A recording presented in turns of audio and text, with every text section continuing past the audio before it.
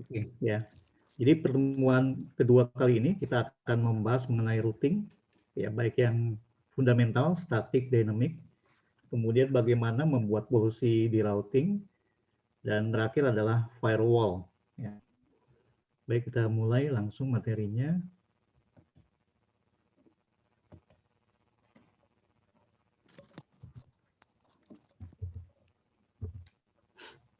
Oke, jadi pertama kita akan lihat dulu fundamental routing itu seperti apa konsepnya, ya. Kemudian apa itu routing table, kemudian routing instant, kemudian berikutnya adalah bagaimana kita menggunakan static routing di Junos, dan terakhir adalah dynamic routing. Oke, kalau gambarannya adalah apa sih routing tersebut, ya. Jadi sudah pasti routing ini adalah proses yang dilakukan oleh perangkat router, ya. Sebagaimana yang kita tahu bahwa router ini adalah perangkat yang berada di layer 3, ya, atau di layer network, ya.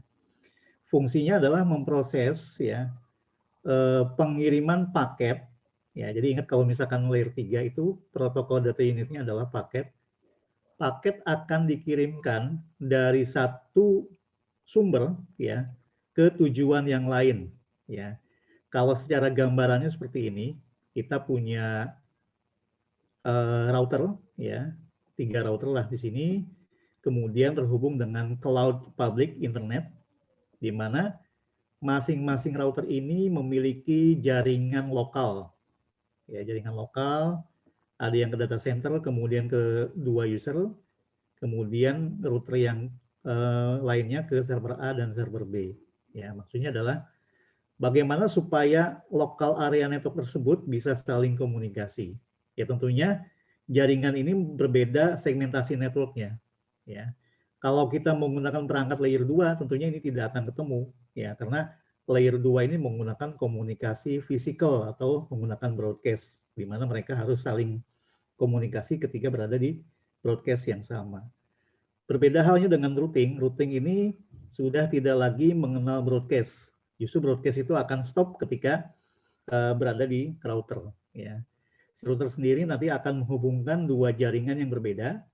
Cara melakukan pertukaran paketnya, ya, dari satu sumber ke tujuan yang lain itu menggunakan konsep routing. Ya. Nah, jadi di dalam router sendiri, ya, itu akan berisikan satu buah table, ya, table khusus yang berisikan daftar atau list, ya, yang berisikan adalah tujuan kemana paket tersebut bisa dikirimkan. Nah, itu routing table, ya. Nah, tentunya routing table ini akan diciptakan oleh dua buah jenis routing protokol. Yang pertama adalah routing protokol statik, ya, atau juga interface yang langsung terhubung dengan router tersebut, atau disebut dengan direct routing, ya, direct interface. Kemudian ada yang dihasilkan dari routing protokol dynamic, ya, contohnya kita menggunakan open source path first atau OSPF, ya. Nah, di dalam routing table tersebut ini akan berisikan tadi, ya, daftar tujuan dari network si paket itu akan dikirimkan. Khusus untuk Juniper, ya, ini ada beberapa file yang akan berisikan daftar table tersebut, ya. Jadi ada perbedaan kalau sumama routing protokolnya adalah menggunakan protokol IP versi 4, ya. Itu dia akan menyimpannya di satu file yang namanya inet.0, ya. Kalau misalkan kita menggunakan routing protokolnya jenisnya menggunakan IP versi 6, maka dia akan disimpan ke dalam inet 6.0. Ya. Oke. Sampai sini ada pertanyaan dulu sebelum lanjut. Bisa dipahami, ya? Lanjut, Mas Por. Oke, lanjut. Oke. Nah, kemudian yang kemarin penjelasannya korelasinya adalah di dalam satu router itu kan ada satu buah komponen yang untuk melakukan proses routing tersebut, ya. Namanya adalah control plane, ya. Nah, control plane ini tadi akan menciptakan atau menyimpan routing table, ya, memproses routing. Selain daripada itu, si control plane sendiri nanti akan menciptakan forwarding table. Forwarding table ini nanti yang akan diserahkan, ya, selanjutnya ke arah data plane, ya. Misalkan untuk pengelolaan traffic, misalkan dari satu interface ke interface yang lain, itu dilakukan oleh di bagian forwarding table. Ya. Oke, ya tadi dijelaskan bahwa routing table itu memiliki beberapa file, ya. Kalau kita menggunakan routing protocol IP versi 4 yang sifatnya unicast, itu filenya di inet.0. Ya, nanti biasanya kalau misalkan kita verifikasi di dalam routing table-nya itu akan muncul.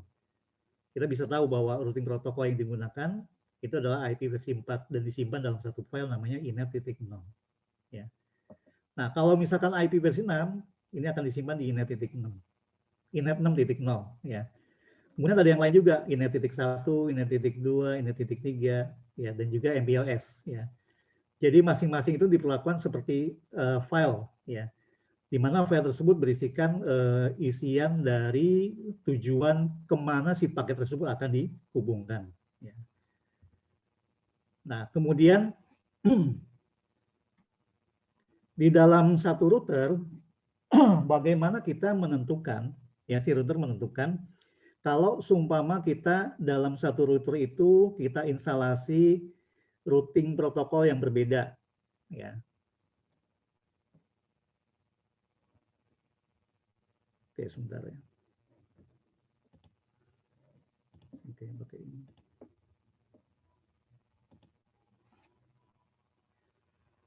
Nah, ya.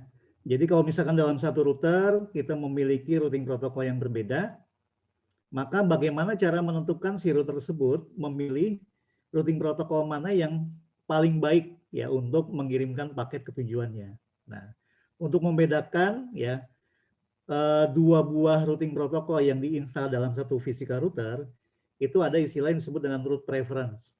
Ya, route preference semacam kayak nomor urut lah atau ranking, ya, yang berasal dari dua buah routing protokol yang berbeda atau lebih. Nah, kalau kita lihat di sini, ya, yang paling menempati nomor ranking paling atas adalah yang memiliki nomornya paling kecil atau terkecil, ya. Kita tahu bahwa misalkan router yang diinstal pertama kali belum ada routing protokol, kecuali adalah informasi yang berasal nantinya dari sisi interface fisikalnya. Makanya nanti default preference untuk direct, ya, dan lokal itu akan selalu 0. Ya. Misalkan dua router terhubung langsung dengan point to point lewat satu buah kabel. Ya, otomatis nanti network yang digunakan di dalam routing table-nya itu akan memiliki default preference-nya adalah 0. Ya, karena sifatnya langsung ditanam di interface-nya atau fisikalnya atau direct lah istilahnya, ya. Ada terhubung dengan fisikal kabelnya. Ya. Lokal sama lokal ini artinya IP yang digunakan oleh masing-masing router. Ya, kalau direct ini maksudnya jaringannya. Nah, kemudian statik, ya. Kalau statik tersebut nanti nomornya adalah 5. Nah, setiap pabrikan router itu memiliki perlakuan bagaimana dia untuk menentukan satu routing protokol, dan routing protokolnya dipilih dengan cara menentukan nomornya, ya. Kalau di Juniper aturan mainnya seperti ini, ya. Jadi kalau statik itu 5, ya. OSPF internal adalah 10, ya. Kemudian RIP adalah 100, kemudian OSPF yang eksternal 150, kemudian ada lagi BGP, ya, baik yang eksternal maupun internal itu sama-sama 170, ya. Kalau kita menggunakan Mikrotik atau misalnya menggunakan Cisco atau yang lainnya, tentunya ini akan disesuaikan dengan di pabrikannya, ya. Dan ini sifatnya adalah logical significant, artinya hanya berpengaruh pada si router secara individunya, ya. Jadi kalau misalkan nanti seumpama kita menghubungkan statik dari routernya Juniper, ya, kemudian pasangan router yang kedua adalah dari misalkan Cisco, ya, kita tidak perlu merubah ininya, ya, merubah default preference-nya, Misalkan biarkan saja yang dari Juniper itu nomornya 5, kemudian misalkan yang dari router yang lainnya nomornya berbeda gitu ya. Otomatis dia akan membaca routing table di masing-masingnya ya. Oke. Jadi semakin tinggi, maka si router akan melihat bahwa routing protokol yang paling dipercaya ya, yang akan dipilih adalah yang memiliki nomor preference-nya ya, itu paling kecil. Ya, seumpama misalkan ya, selain yang direct ya, misalkan dalam satu routing protokol dalam satu jaringan kita point to point misalkan ada satu buah routing protokol statik ya, kemudian diinstal lagi routing protokol OSPF ya, nanti tinggal dibandingkan aja ya. Maka yang akan dipilih pertama kali oleh si router adalah yang menuju ke tujuan yang sama ya, itu adalah routing protokol statik dibandingkan routing protokol OSPF ya. Sebagai gambarannya saya coba gambarkan di Paint.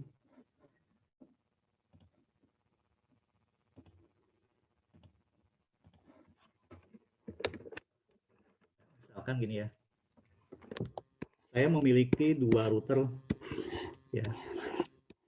Ini router R1, ini router R2. Ini kan direct ya, dimaksud yang direct seperti ini. Sini misalkan segmennya 192, 168.10.0/24 misalkan. Kita bisa pasang misalkan IP sini 1, di sini 20 misalkan. Ya. Kemudian di router yang kedua, ini ada switch, tentunya sini ada banyak network lagi. Katakanlah sini network A, ya. Kemudian pasang lagi, misalkan di sini ada switch. Ya. Kemudian sini ada network B, misalkan.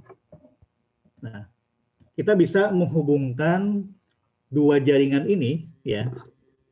Ini kan secara fisikalnya kan tidak langsung terhubung ya, tidak ada kabel lah, ya, kecuali antar router ini. Maka ini harus kita menggunakan routing protokol.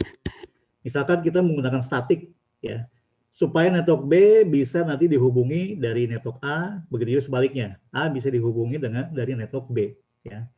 Maka kita masukkan si network B ini ke dalam router si R2, ya. Ini di advertise, ya, dimasukkan, ya.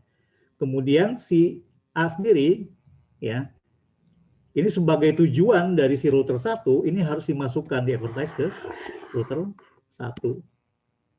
Ya. Nanti tinggal kita pilih, kalau misalkan yang dimasukkan tujuannya adalah si A dari router 1, maka yang bisa kita gunakan sebagai gateway-nya, bisa kita menggunakan IP next hop di sini, ya, IP next hop sini, atau menggunakan exit interface di sini, physical, ya.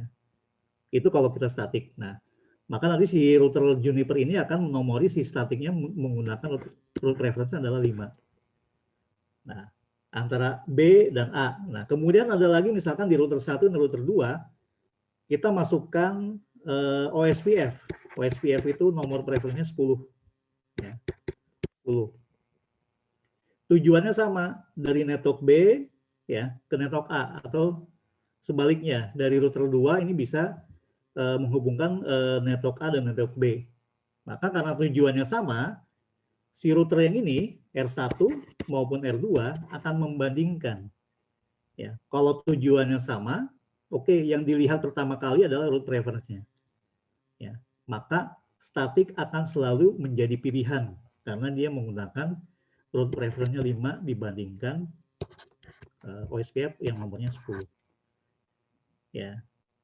Dibalik bisa nggak kalau seumpama saya misalkan menggunakan OSPF, pengennya pakai OSPF, tidak menggunakan statik. Nah, nanti itu ada pembahasan berikutnya, ya. Nanti kita akan memanipulasi dari route reference. Oke, kita lanjut dulu ya. Ini kalau ada pertanyaan silakan diinterrupt aja ya. Oke, Mas Pur.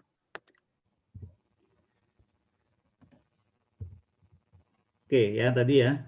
Ini daftar lengkap table untuk route reference. Ya. Yang perlu kita ingat ya. Biasanya di ujian ini akan keluar ya pertanyaan-pertanyaan seperti ini. Nah, Kemudian bagaimana cara melihat ya routing table dalam satu router. Ya, kita dari operational mode ya. Kita bisa ketikkan show route ya. Terlihat di sini ya. Kita bisa lihat hasilnya bahwa routing protokol yang digunakan itu adalah IP versi 4. Sudah jelas dari networknya sini ya. Kemudian ini adalah file untuk menyimpannya. Kita lihat ya, network di sini adalah network tujuannya dari sisi router, katakanlah router host, ya namanya masih host nih. Ya, kalau misalkan kita namakan router 1 akan muncul sini. Ya. Katakanlah ini host 1, router host 1. Dari router host 1 di table routingnya terlihat bahwa si host ini, router ini, itu bisa mengirimkan paket yang tujuannya adalah ke network-network yang ada di sini. Ya. Nah, kemudian untuk mencapai network ini, kita bisa lihat jenisnya apa nih. Ya. Nah, khusus untuk network yang di atas, 10.1.1.0/24, itu ada 2 routing protokol yang diinstal ke tujuan yang sama. Ya. Yaitu menggunakan static dengan nomor preference 5, ya. Kemudian menggunakan gateway-nya itu lewat interface fisikal ini GE0010 ya di unit 0. Nah, kemudian kalau OSPF-nya itu lewat interface yang berbeda ya, menggunakan next hop yang berbeda juga. Jadi lewat 2 router yang berbeda, katakanlah begitu. Ya. Karena kalau secara tujuannya atau interface-nya di sini sudah jelas ya. Yang statik lewat interface gigabit 0010, yang OSPF ini lewat interface gigabit 0013 ya. Tapi tujuannya sama ke 10.1.1.0.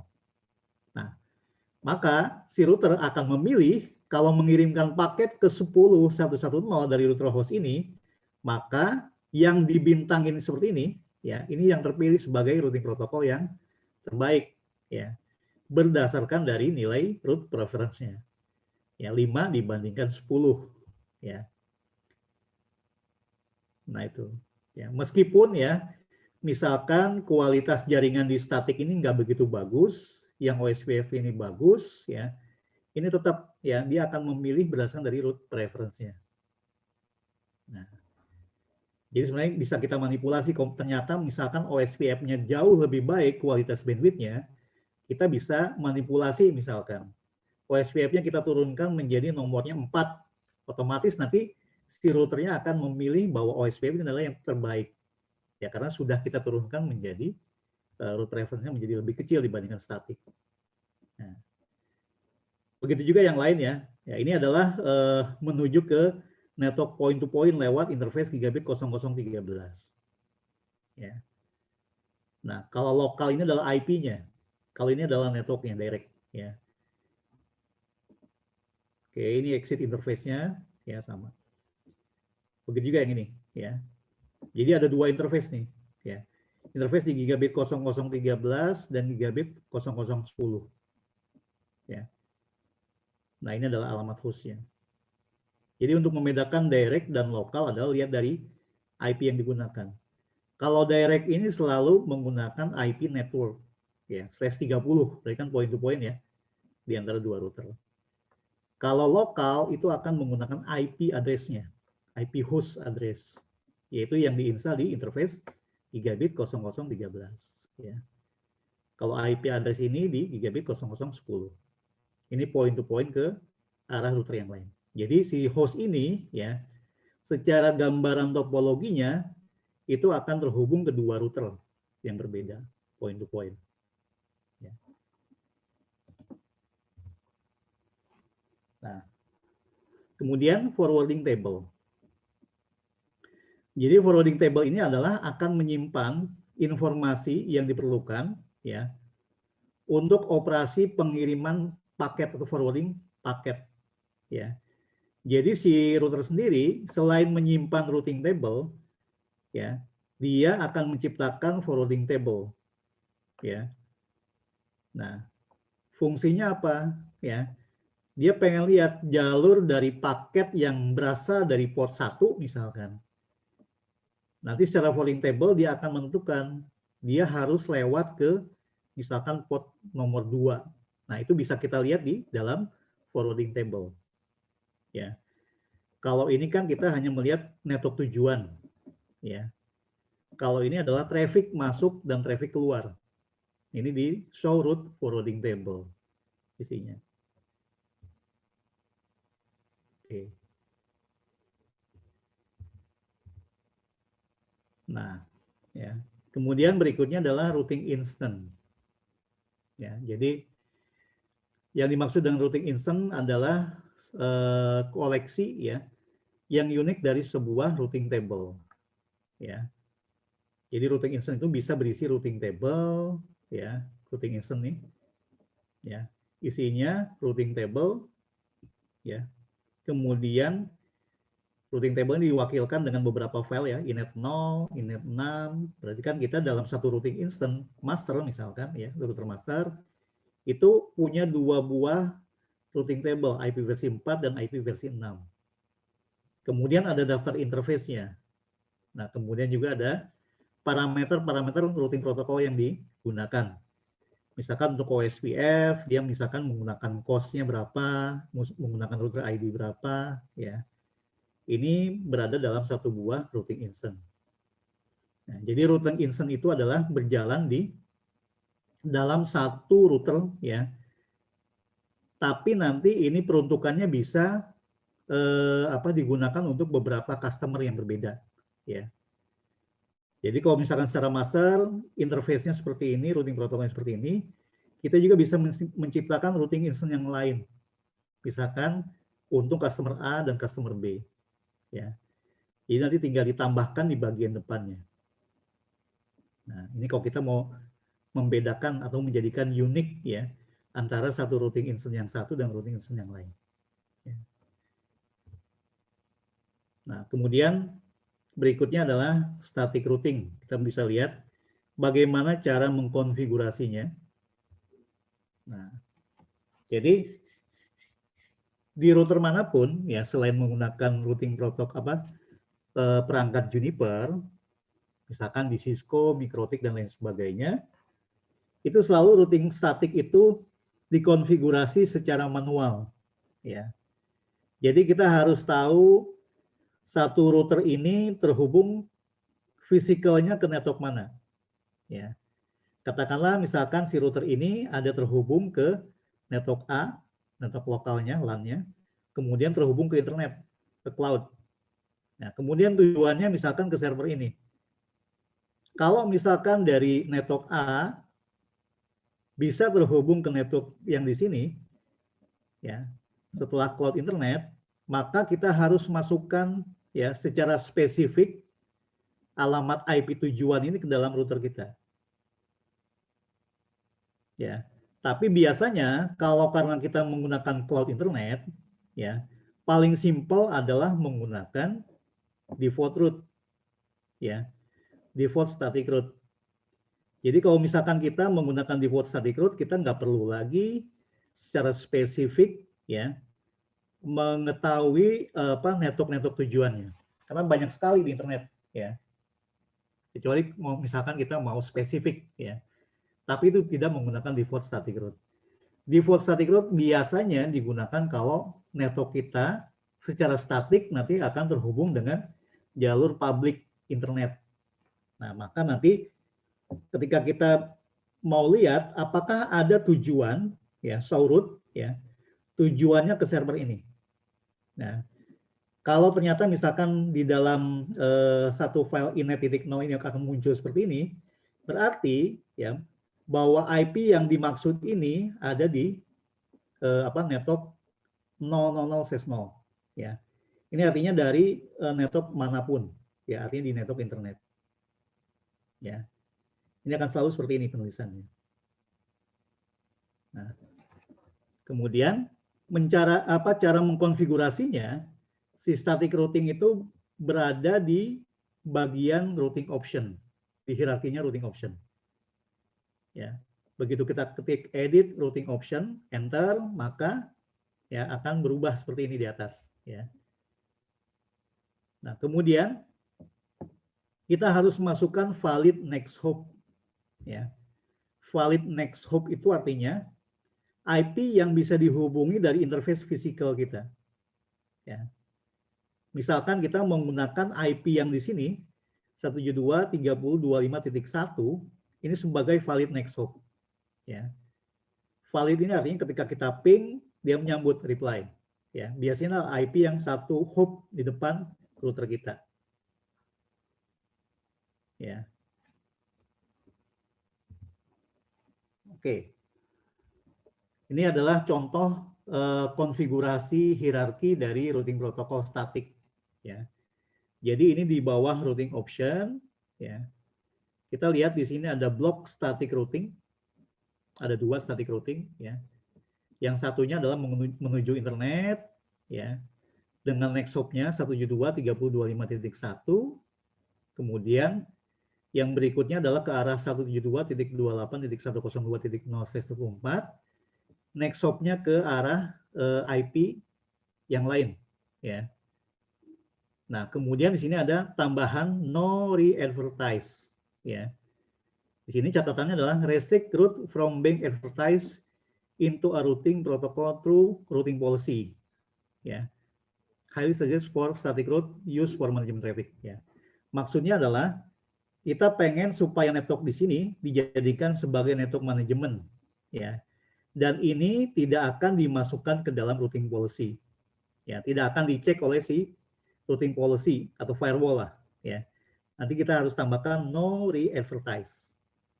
Ya, jadi ingat ya, kalau ada tambahan kata-kata seperti ini, ya, ini akan merestrict ya supaya si route ini tidak akan di-advertise, ya.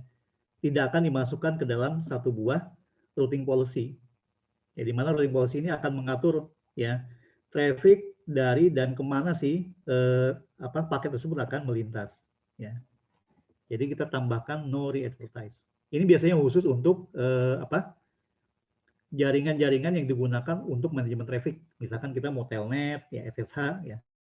Ada IP network khusus yang biasanya digunakan. Nah, misalkan yang digunakan adalah network 172.28.102.0/24.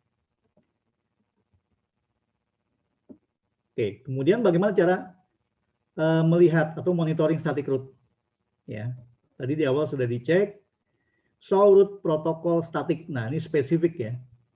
Kalau show route itu akan semuanya tampil. Kalau kita lihat sini.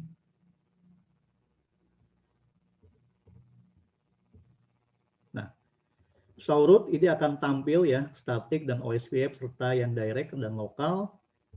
Kalau kita mau filter, yang ingin kita ketahui adalah hanya statik saja, maka kita harus gunakan perintah show route, kemudian tambahannya adalah protokol statik. Otomatis yang ditampilkan adalah yang routing protokol statik. Ya. Nah, kemudian tinggal kita tes, ya. Tes ke arah tujuannya. Ping tujuannya ke IP 192.168.63.14. Tambahan pakai rapid. Rapid ini supaya nanti tampilannya seperti ini, tanda seru, biar lebih cepat, ya.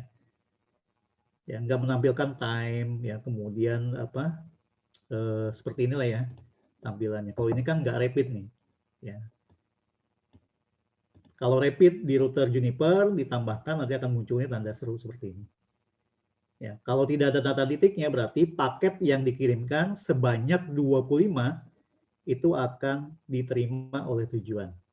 Ya, dengan tanpa adanya paket loss atau 0% paket loss.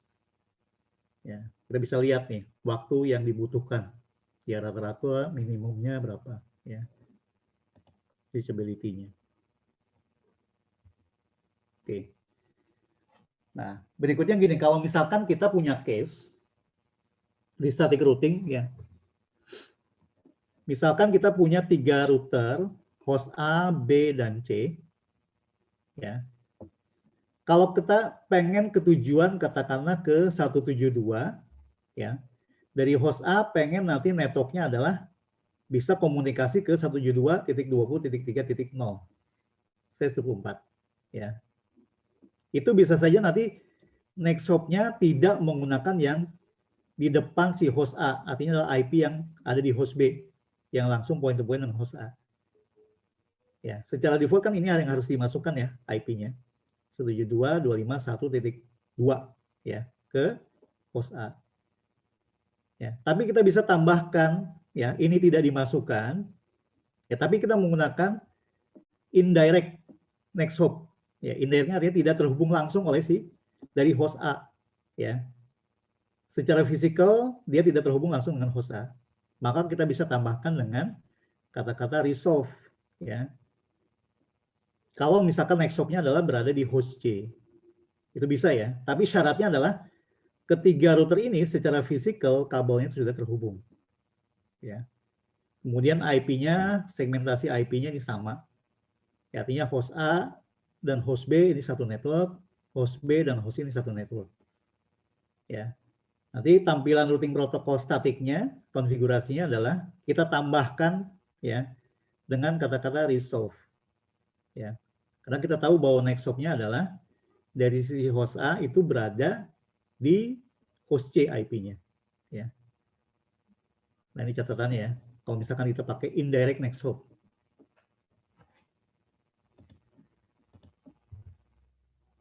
Oke, itu untuk routing protokol statik. Nah, sekarang kita lihat dari sisi lab-nya dulu ya. Nanti mungkin bisa dicoba secara mandiri. Nanti kita adalah sesinya ini ya.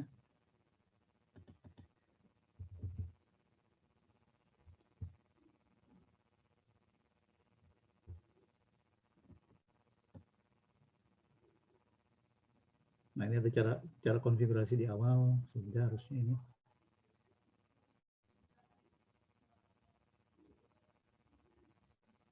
Nah, main sampai sini ya. Oke, ini contohnya nanti kita menggunakan lab ini sih, ya.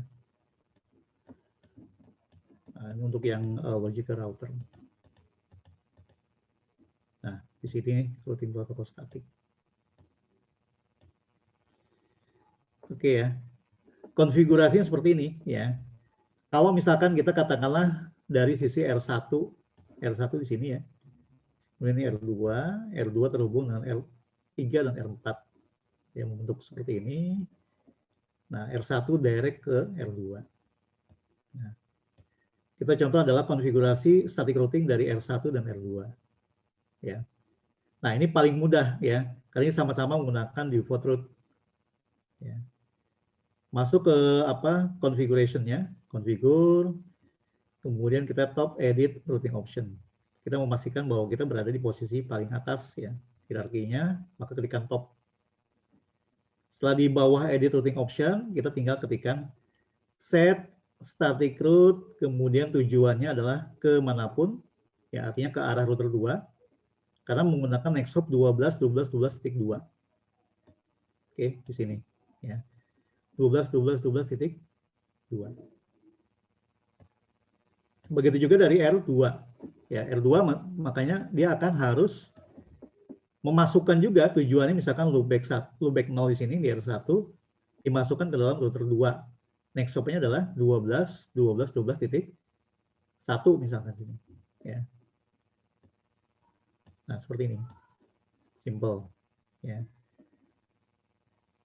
Begitu kita show route, ya kemudian setelah tampil static routing-nya bisa kita verifikasi dengan ping.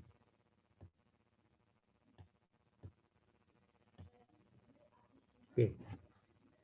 Nah, ini ada cara-caranya, tapi nanti kita lanjut dulu ya ke materi dulu. Ini slide-nya nggak banyak sih, sampai dengan 54. Baik. Berikutnya kita masuk ke dynamic routing protokol.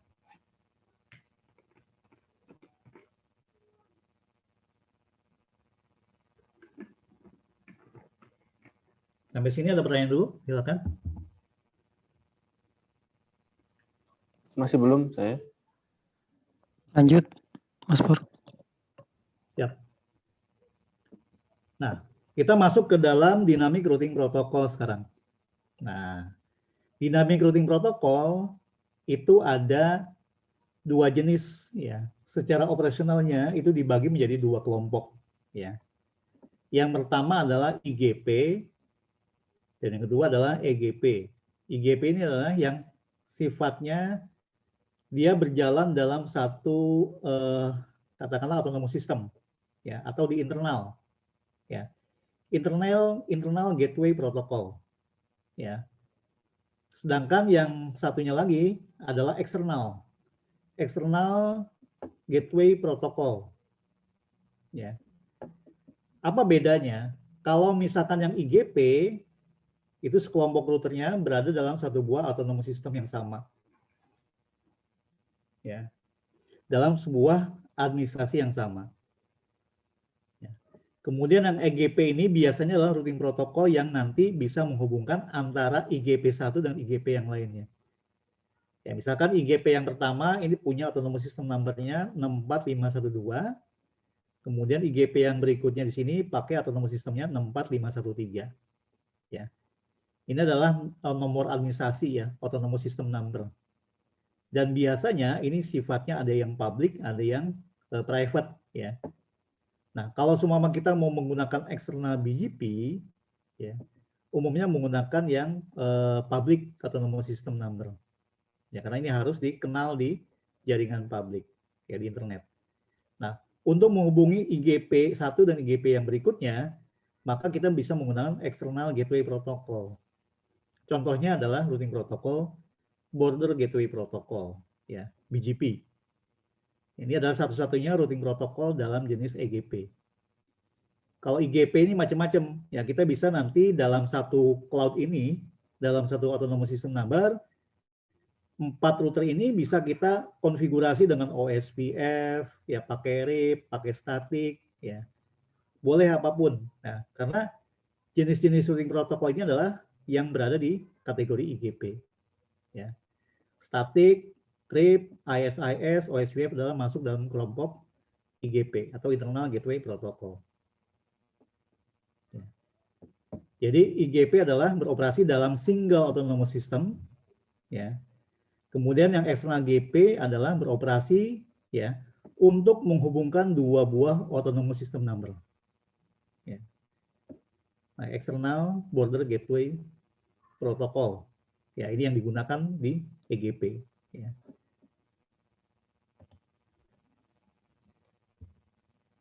Nah, kemudian kita masuk ke open shortest path first. Ya. Oke, di Juniper ini sebagai catatan kita tidak lagi membahas routing protokol, routing information protocol, tapi yang dibahas itu adalah static, OSPF, dan BGP. Ya. Jadi kalau di materi Junos, ya, kita tidak membahas materi routing information protocol. Oke, OSPF, Open Shortest Path First. Ini adalah protokol yang sifatnya terbuka, ya, atau open standar. Artinya, kalau seumpama kita di jaringan kita punya berbagai macam vendor router, ya, ada Juniper, misalkan ada Cisco, ada Binkrotik, ada Alcatel, dan lain sebagainya, maka router-router yang berbeda vendor tersebut bisa saling komunikasi, ya, kalau seumpama kita menggunakan routing protokol dinamik OSPF, karena sifatnya open, ya. Open shortest path first, maksudnya adalah si routing protokol OSPF ini punya karakter seperti kita melihat peta, ya. Kalau misalkan kita naik ojek online, ya, atau naik taksi online, biasanya, ya, si Google tersebut akan mencarikan jalur yang paling pendek yang untuk menempuh ke tujuannya. Nah, itu yang dilakukan oleh si OSPF.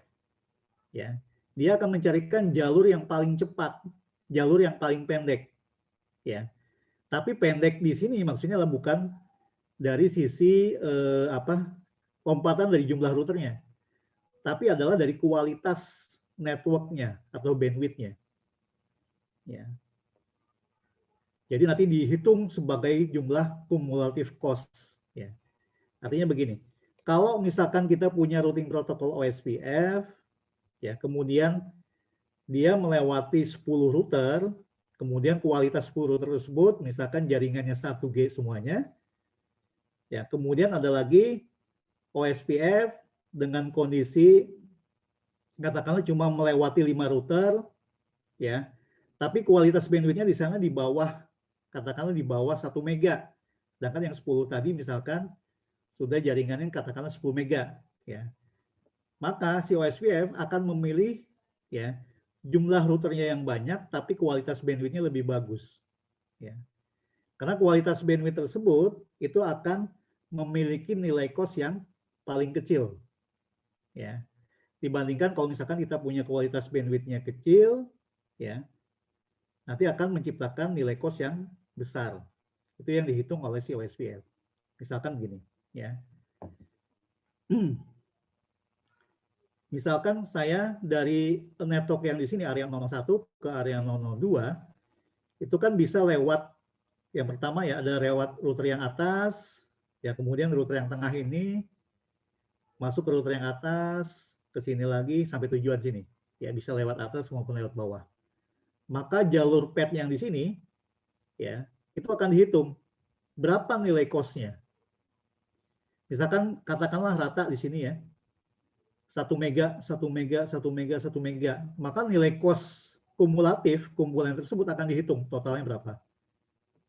Nah, kalau misalkan lewatnya adalah dari sini, ke sini, ke sini, ya kemudian ke sini, ke sini. Setelah dihitung, meskipun lompatannya sama, tapi kualitas bandwidth-nya adalah lebih bagus, ya, dibandingkan yang lewat atas, meskipun jumlah routernya sama lompatannya. Maka yang kualitas bandwidth-nya yang paling bagus itu akan dipilih oleh si OSPF.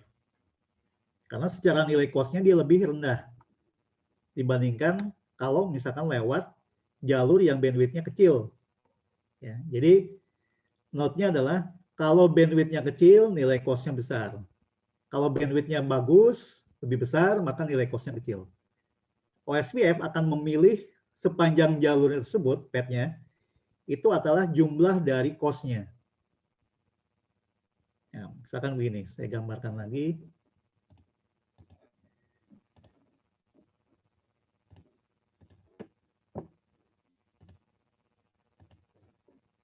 Oke.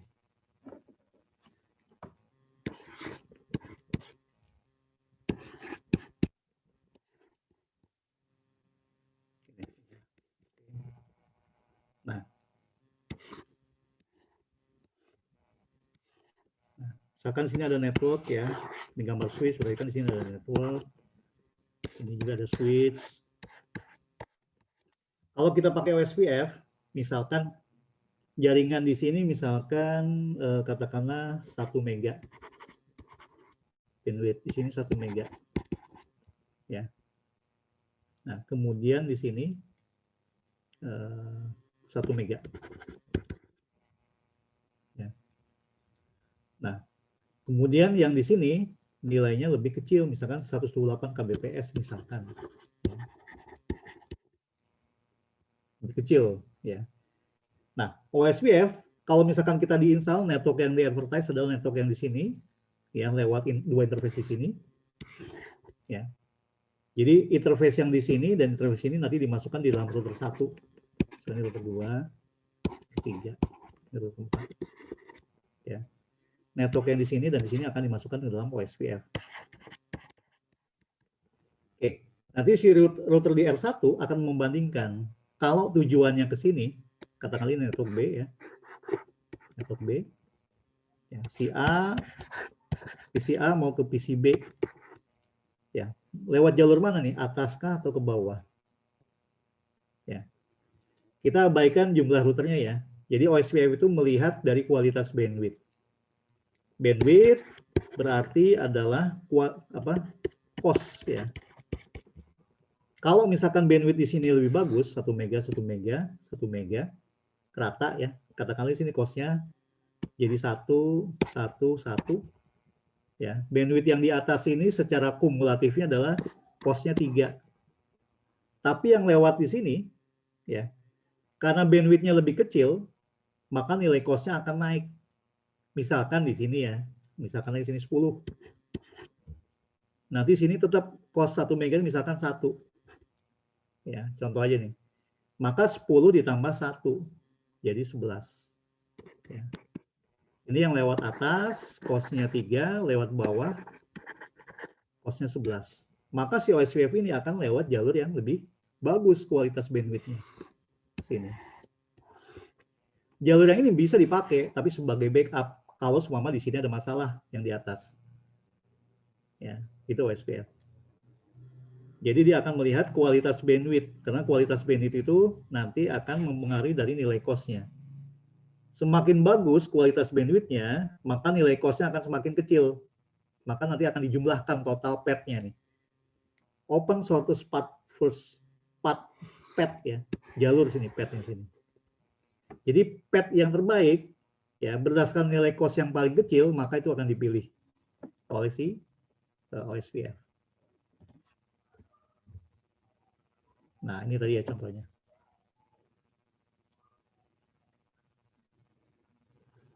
Nah, pembahasannya sih yang tadi ya. Oke, kemudian bagaimana cara konfigurasinya?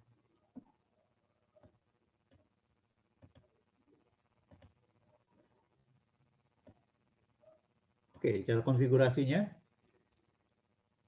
Nah, kita harus berada di protokol OSPF ya. Jadi di configuration mode kita ketikkan edit protokol OSPF, enter, misalkan di router A, host A ya. Kemudian kita masukkan area, set area 0. Nah, ini sebagai catatan ya. Kalau OSPF itu harus yang pertama kali dibangun di dalam area backbone atau area 0. Ya, ini wajib ya. Sifatnya wajib harus menggunakan area 0, area backbone. Area yang lainnya adalah sebagai area reguler ya. Bisa area 1, 2, 3, 4, 5 dan seterusnya ya. Nah, kita masukkan areanya dulu ya. Kemudian masukkan interface fisikalnya, logicalnya. Fisiknya berapa? Misalkan GE 001.0. 0 ini adalah unitnya. Nah, ini masukkan interface yang pertama dengan logical number-nya. Kemudian interface yang kedua, yang interface yang ketiga, ini sama-sama di area 0. Kita lihat ya, host A. Ya. Dia masukkan interface GE 001, GE 002, dan GE 003. Ya. Tulis seperti ini ya. Pakai unitnya, di mana IP address tersebut berada di mana, itu harus dimasukkan unitnya. Ya, misalkan IP address yang digunakan menuju ke network ini adalah 172.25.1.8 ya. Misalkan 10 ini berada di unit 0. Maka kita tinggal masukkan informasi interface-nya ya. Tanpa harus menggunakan IP address-nya. Nah, kemudian khusus untuk network yang interface gigabit 003 ya, ini ada tambahan pasif ya. Ada tambahan pasif. Ya. Ya, maksudnya dia akan diprohibit ya. Supaya dia tidak melakukan pertukaran informasi OSPF, makanya disebut pasif ya. Jadi interface gigabit 003 ini sifatnya pasif. Ya, dia tidak akan membentuk proses adjacency dengan router OSPF-nya. Ya.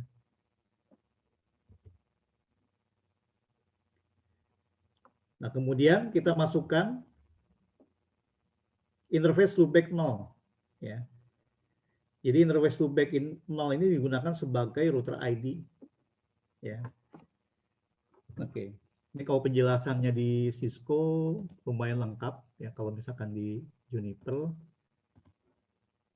tidak begitu lengkap, tapi saya mau jelaskan gini ya.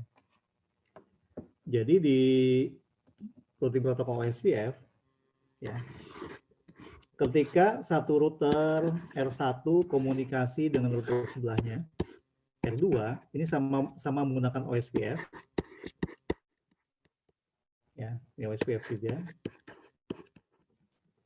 Ini pakai interface misalkan GE 001 1.0, ini interface-nya GE 00 sama lah 1.1 misalkan. Ini boleh seperti ini. Unit nggak masalah, boleh beda. Interface juga nggak masalah, yang penting fisikalnya nyambung. Ya. Ketika kita masukkan ini ke dalam OSPF, ya, maka dua router ini akan melakukan proses adjacency. saling mengenalkan diri, adjacencies. Ya. Jadi apa yang dikirim oleh R1 dan R2? Dia akan mengirimkan hello paket. Hello paket. Ya. Ini sifatnya periodik. Ya. Defaultnya sekitar 3 detik sekali. Ya. Bisa kita atur sih. Ya. Dan ini harus match. Kalau misalkan dia ngirim setiap 3 detik, maka di sini harus ngirim setiap 3 detik. Ya. Supaya nanti proses adjacency-nya bisa berlanjut. Ya. Nah, oke. Nah, kemudian apa yang diperlukan oleh OSPF selain interface-nya? Itu adalah router ID. Router ID. Masing-masing router OSPF R1 dan R2 ya, itu harus menggunakan router ID yang sifatnya unik, berbeda ya. Antara R1 dan R2 itu harus beda router ID-nya sebagai pengenal ya. Sebagai pengenal ketika melakukan proses hello paket. Maka informasi router ini akan dikirimkan oleh masing-masing router lewat si hello paket tadi. Ya. Misalkan secara penulisannya bebas, tapi formatnya adalah menggunakan IP versi 4. Bisa saja nanti kita secara manual di router 1, ya router ID-nya adalah misalkan 1.2.3.4, boleh ya. Router ID di R2 misalkan 5.6.7.8, boleh ya. Yang penting adalah format penulisannya menggunakan IP versi 4. Ya. Seperti IP versi 4. Nah, ini kalau misalkan kita secara, nah, kalau semua kita tidak menuliskannya secara manual, maka ada 2 cara yang dilakukan oleh si router untuk menjadikan router ID-nya. Ya, dia akan melihat interface ya, fisikal yang terhubung ya, itu yang mempunyai IP address paling besar. Yang paling besar. Misalkan ya, ini contoh aja. Misalkan IP di sini ya 192.168.10.5 misalkan di sini ya. Kemudian di sini ada interface lagi masuk ke dalam OSPF. Itu tertulisnya adalah katakanlah 192 ya 168.30.10 misalkan ya. Maka interface yang memiliki IP address yang paling besar ya penulisan angkanya, karena nanti ini akan bandingkan ya. Ini sama. Nah, di oktet yang ketiga berbeda. Ini yang lebih tinggi. Maka interface yang di sini akan dijadikan sebagai router ID. Nah, cara yang ini sebaiknya tidak digunakan. Harus dihindari ya. Ya. Cara yang paling baik adalah menggunakan manual router ID, dituliskan seperti ini ya contohnya, atau kita gunakan interface loopback. Kenapa interface loopback? Karena interface loopback ini adalah interface yang selalu dalam kondisi up. Yang berbeda kalau misalkan ternyata terpilihnya pakai yang physical. Ya. IP address yang dipilih sebagai router ID yang jenisnya physical, ini bisa saja nanti terganggu. Ya. Misalkan networknya putus, kabelnya putus, ya. Maka nanti si OSPF-nya akan restart. Maka dari itu, router ID itu harus dipilih secara manual, digunakan secara manual atau menggunakan router loopback. Ya. Nah, catatannya sini selalu up. Dan ini adalah manual sudah ditentukan, tidak akan berubah. Ya, otomatis nanti akan selalu membaca router ID-nya. Berbeda kalau yang menggunakan physical. Physical ini bisa terjadi gangguan, ya networknya putus, ya, atau dirubah IP address-nya. Itu akan menjadikan si router OSPF-nya menjadi restart. Kalau restart berarti kan networknya terganggu. Nah, kembali lagi ke cara konfigurasinya di sini. Ya. Ada 3 interface yang dimasukkan ke dalam routing protokol OSPF, termasuk loopback. Ya. Loopback di sini artinya dia akan menjadikan LO 0.0 ini sebagai router ID. Ya. Pilihannya seperti itu. Nah, ini contohnya kalau misalkan kita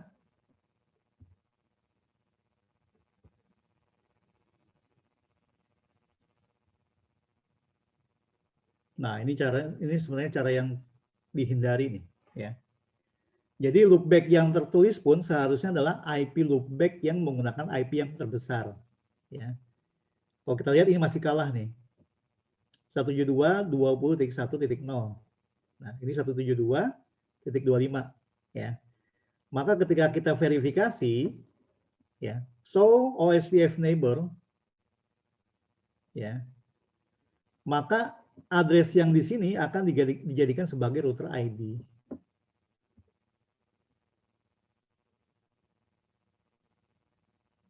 Jadi kita lihat ya, betul banget seperti itu. Ya.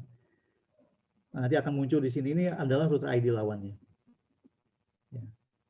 Atau ini. Oh, sorry, ini udah betul ya. Saya pikir loopbacknya ini. Ini loopbacknya, sorry. Ya, jadi kalau kita lihat di sini loopbacknya akan tampil sini. Ya. Ini jelas ya lebih besar. Ya. 192.168.100.3. Ini adalah loopback dari ya si router 100.3 ya.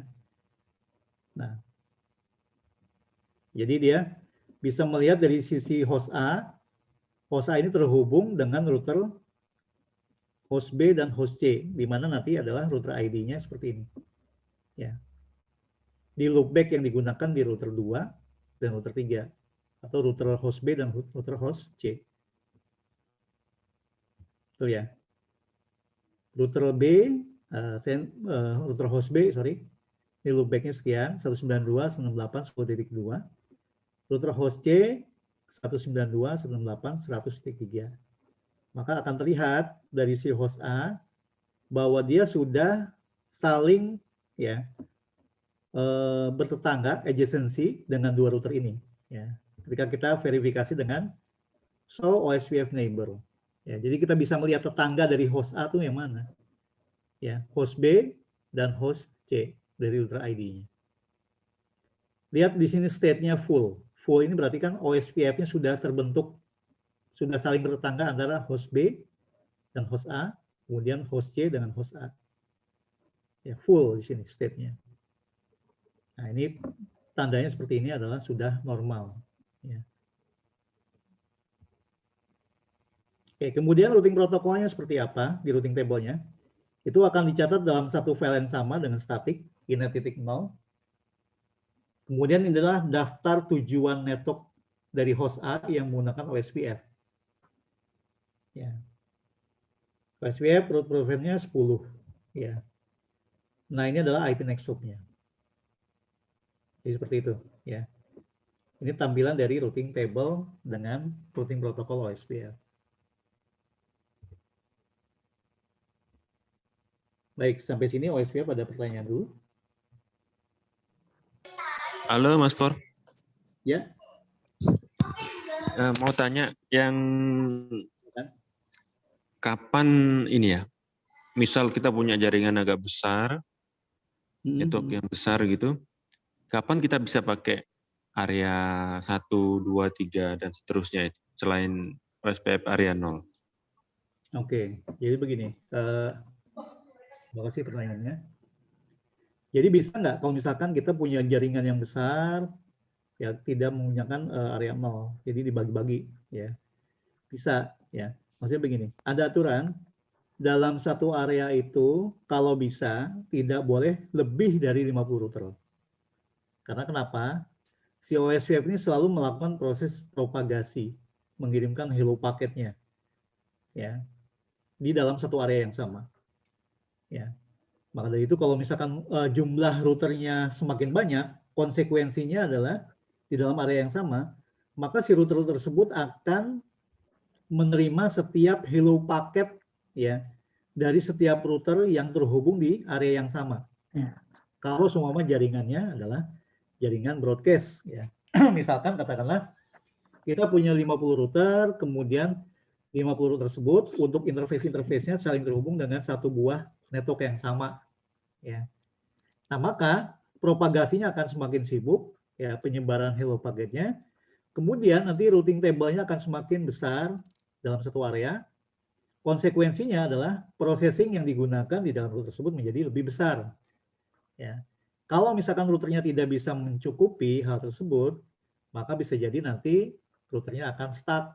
Ya. Maka dari itu kita harus pisahkan dengan area yang lain.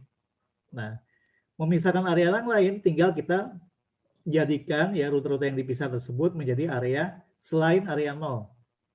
Ya. Misalkan area 1, 2, 3 dan seterusnya. Cuma syaratnya begini. Untuk membuat jaringan yang besar menggunakan OSPF, ya, misalkan katakanlah di sini, saya pakai cloud ya.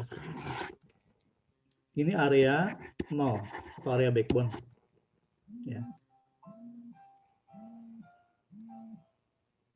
Kemudian sini ada area yang lain, misalkan area 1. Ya. Kemudian ini cloud yang lain ada area bebas ya, area 10. Ya. Nah, oke. Katakanlah di sini ada 50 router. Nah, misalkan sini ada 20 router, sini ada semua 10 router. Ya. Nggak boleh maksimum dari 50 sarannya. Ya.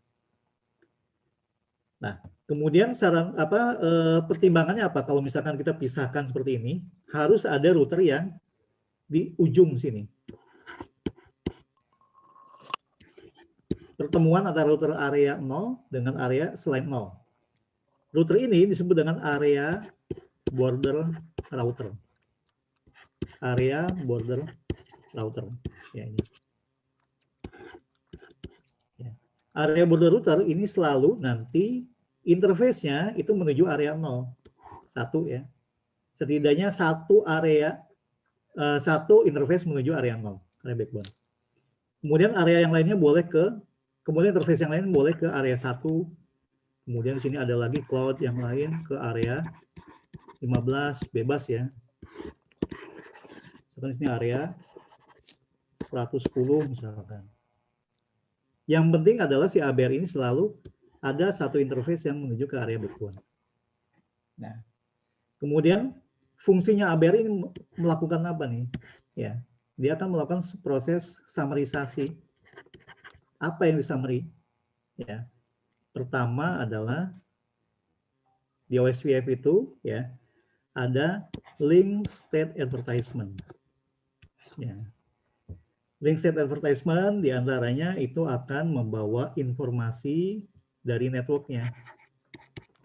Network dari mana? Misalkan kalau networknya dari area 1, ya, maka LSA tersebut akan dibawa, apakah network tersebut akan dibawa oleh si link state advertisement, paket ya. Paket dari area 1 ya. Nah, sebagai gambaran LSA itu ada beberapa jenisnya. LSA tipe 1, 2, 3, 4, 5 ya. Sampai 9 kalau nggak salah. Nah, kalau di area 0 yaitu yang paketnya hanya berisikan LSA tipe 1 dan tipe 2. Ya. LSA dari routernya sendiri itu adalah LSA 1. Kalau LSA 2 adalah LSA dari network di area 0. Nah, LSA tipe 3 dan LSA tipe 4 ini akan diciptakan oleh si ABR. Ya, untuk melakukan summarisasi dari network-network yang berbeda areanya. Ya. Dia akan sampaikan di sini misalkan menggunakan LSA 4, misalkan LSA 4 summary-nya. Kemudian disampaikan ke sini ya menggunakan LSA 3. Link state advertisement. Dari mana kita dapat informasi tersebut? Nanti kita bisa lihat di dalam database-nya. Ya. Jadi kembali lagi pertanyaannya, bagaimana memisahkan kalau misalkan kita punya router yang banyak di jaringan yang besar? Ya udah, pertama kita bangun dulu di area 0. Best practice-nya jangan lebih dari 50 router. Atau kita lihat pertimbangan dari routernya. Bisa nggak kita lihat dari CPU dan memorinya ketika kita menjalankan router tersebut di jaringan yang besar di dalam area 0. Ya. Nggak mesti 50 sih, tapi dia pertimbangan dari sisi prosesor ya. Prosesor dan juga memori serta jumlah network yang dimasukkan di dalam area 0. Nah, kira-kira nanti kalau misalkan semakin besar sebaiknya sih dipisahkan areanya. Biasanya untuk pemisahan tersebut Kalau paling mudah itu dari sisi zona. Misalkan di sini katakanlah sini kantor utama ya. Kantor utama, kemudian sini adalah kantor cabang. Ya. Nah, kemudian di kantor cabang dan kantor utama itu nanti akan terhubung ke area border router. Jadi kita harus punya router-router yang lebih baik ya. Router-router yang lebih baik tersebut nanti akan melakukan proses summarisasi. Tentunya nanti prosesor dan memorinya harus lebih baik dari yang router yang lain. Ini adalah router ABR. Nah, kemudian ada lagi satu router yang disebut dengan ASBR, Autonomous System Boundary Router. Ya. Nah, Autonomous System Boundary Router nanti kalau misalkan kita mau menghubungkan OSPF dengan network selain OSPF. Ya, misalkan OSPF kita terhubung dengan routing protokol, misalkan ada EIGRP. Ya. Maka nanti routing protokol EIGRP tersebut itu akan masuk ke dalam OSPF lewat router yang disebut dengan Autonomous System Boundary Router. Ya. Artinya router yang dikhususkan untuk terhubung dengan autonomous system yang lain, ya, atau dengan routing protokol yang lain, yang jenisnya berbeda. Misalkan ada EIGRP. EIGRP masuk ya sebagai LSA tipe 5 misalkan, ya. Kemudian masuk lagi di summary oleh si ASBR tersebut misalkan dengan LSA tipe 3. Ya. Nah, pembahasan LSA ini, ya LSA ini itu biasanya lebih lengkap ya. Nanti kalau misalkan kita ambil kursus di Genesis ya. Juniper Certify yang sifatnya spesialis ya, karena kan sebentar ya 4 dulu ya. Oke kan di JNCAA ya. Itu masuk ke pattern berikutnya, level berikutnya Genesis sudah selesai. Sertifikasi lulus, kemudian berikutnya adalah Gensip lulus, yang paling tinggi adalah GenCIE. GenCIE biasanya cuma masalah bagaimana kita mengadministrasi router Junos, ya. Pembahasan mengenai routing protokol itu lengkapnya di Genesis, ya. Berbeda kalau kita belajar Cisco dibahas lebih lengkap, ya. Dan waktunya lebih panjang, bisa 5 hari, ya. Oke. Kalau Juniper secara officially sebenarnya cuma 2 hari. Ya, 1 hari ini sebagai tambahan. Kalau kita ada lab, kemudian saya mau masukkan untuk teknologi layer 2, VLAN dan trunking. Oke, jadi itu Mas ya untuk routing protokol OSPF. Sampai sini bisa diikuti nggak penjelasannya? Bisa terjawab? Oke, Mas For. Sudah. Oke, ya. Baik, kita lanjutkan. Oke. Nah, ini verifikasi sampai sini ya. Oke. Ini slide-nya simpel-simpel ya. Memang seperti ini adalah officially sebenarnya. Ya. Slide-nya officially. Oke. Berikutnya adalah load balancing dan filter based forwarding. Load balance ya. Ini kalau misalkan kita punya jaringan konfigurasinya seperti ini. Ya, kita pengen ada link redundancy atau link backup lah. Ini katakanlah link primary dan link sekunder. Ya. Pengennya adalah 2 link tersebut itu akan menciptakan load sharing. Ya. Nah, secara default kalau kita menggunakan OSPF, maka load sharingnya atau load balancingnya itu harus menggunakan cost yang sama, equal cost. Ya. Jadi memastikan nanti jalur ini akan digunakan secara load balancing atau load sharing ya ke arah network yang di sini. Jadi kalau kita sudah menciptakan 2 link tersebut harus dipakai. Makanya disebut dengan load sharing atau load balancing. Nah, ini arahnya ke tujuan yang sama. Oke. Metodenya ada 2. Yang pertama adalah per paket load balancing dan per flow load balancing. Ya. Kalau per paket sudah jelas ya, ketika kita misalkan mengirimkan ngeping saja ya. Kalau kita ngeping dari satu sumber, katakanlah dari PC yang sebelah kiri ke server yang di sini misalkan, ping itu kan secara default akan mengirimkan 4 paket. Ya, kalau di Windows kan kita ping itu akan ada 4 paket ya. Kalau misalkan pakai Windows. Dia akan mengirimkan paket A, paket B, misalkan 2 paket dulu ya. Paket A akan lewat misalkan jalur yang di atas. Ya. Paket B lewatnya jalur yang kedua. Ya, yang bawah. Ya. Nanti bisa saja nanti urutannya ketika diterimanya B duluan yang nyampe. Ya. Paket B duluan yang nyampe, paket A berikutnya. Padahal secara first in-nya yang masuk adalah paket A. Ya, paket B terakhir masuk. Tapi bisa saja nanti diterimanya adalah paket B duluan. Berikutnya paket A. Ya. Nah, ini kalau kita menggunakan per paket load balancing. Ya, jadi sifatnya round robin, ya. Round robin. Ya, duluan aja gitu. Nah, kemudian catatannya sini kalau misalkan menggunakan per paket load balancing, ini bisa can actually decrease network performance. Nah, ini bisa secara aktual menurunkan performa dari network. Ya. Itu catatannya. Nah, kemudian kalau per flow load balancing, per flow, berarti kan per aliran. Ya. Misalkan kita ngeping, ya, ngeping kan ngirimnya 4 paket tadi ya. Itu diselesaikan dulu. Misalkan ping yang pertama 4 paket, ya. Dia akan lewat dulu, misalkan yang paket yang pertama adalah paket yang hijau nih. Dia akan lewat dulu ke jalur yang atas. Selesaikan dulu 4 paket, diterima di tujuannya. Oke, berikutnya misalkan paket yang berikutnya lewat yang gigabit 003. Nah, biasanya per flow load balancing ini diatur dengan mekanisme QoS. Ya. Jadi benefitnya kita bisa mengatur aliran traffic. Misalkan paket yang hijau lewatnya interface yang gigabit 002. Paket yang oranye lewatnya gigabit 003. Jadi utilisasinya jelas, nggak round robin. Ya, maksudnya nggak saling bertukar gitu ya. Kalau ini kan saling round robin ya.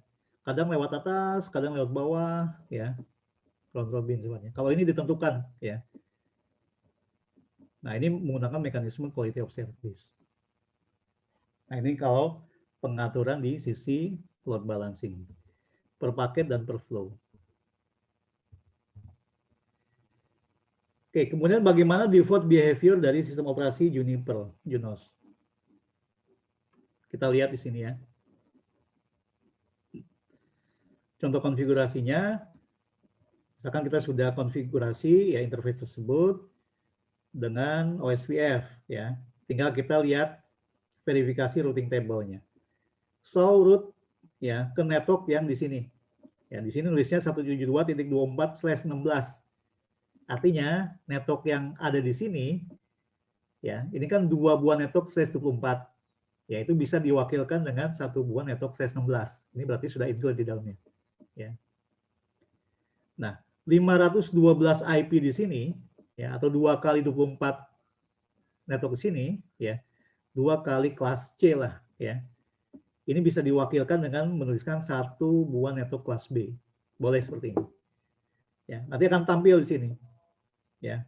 Bahwa menuju ke network yang 172.240.0 yang atas, network yang atas ya. Nah, ini OSPF-nya ada 2 jalur. Ya. Lewat 172.20.0.2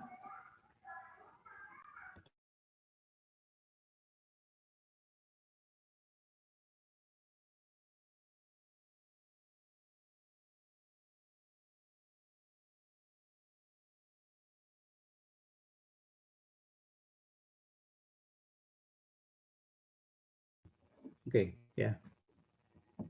Jadi kalau kita lihat lagi di sini ya, ada 2 ya. Untuk menuju ke jaringan yang sama berarti kan lewat gigabit 002 dan gigabit 003 di sini. Ya, ini IP-nya. Ya. Begitu juga sama yang di sini ya. 172.24.1.0. Ya, interface-nya sama di sini. Nah, kemudian kalau kita lihat secara forwarding table, ini kan secara routing table. Secara forwarding table ya, Kemudian yang match ke arah 172.24, artinya dua network ini, ya terlihat di sini adalah ke network 172.24.0.0 ini adalah selalu lewat ke interface yang atas. Ya. Berarti kan ini adalah default behavior-nya menggunakan per flow. Ya. Jadi berapapun paket yang dikirimkan ya ke network yang atas maupun yang bawah di sini, ini selalu menggunakan interface gigabit 002. Ya, berdasarkan dari forwarding table-nya. Ya. Ini akan menggunakan jalur yang menggunakan next hop di gigabit 002. Ya.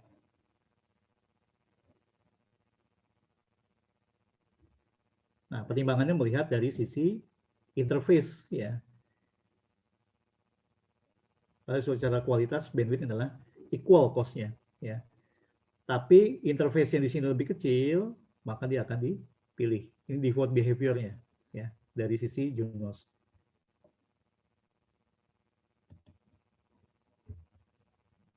Oke.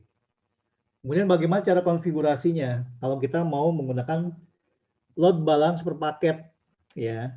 Ini kita harus di bagian policy option. Kemudian kita tambahkan misalkan membuat satu buah statement dengan namanya load balance all. Ini nama ya. Ini bebas boleh apa saja, tapi ini harus di comment policy statement ya di bawah policy option. Nah, kemudian kita buat nanti di sini adalah load balance per paket ya. Jadi kalau misalkan ada policy yang statementnya adalah load balance all, ini nama aja, ya, maka dia akan di load balance secara per paket. Nah, policy ini yang kita buat itu dimasukkan ke dalam filteringnya di sini. Ya, kita filternya adalah ke network 172.24.0.0 slash 24 dan 172.24.1.0 slash 24 exact ya. Exact ini berarti kan tepat ya. Jadi policy ini ya akan memfilter dari network 2 ini. Ya, policy yang mana? Ya policy yang ini. Policy load balance per paket. Ya. Jadi kalau bahasanya gini, kalau sumama ada network dari 172.24.0.0 tepat exact ya, benar-benar berasal dari network ini, dua network ini, maka dia akan filter.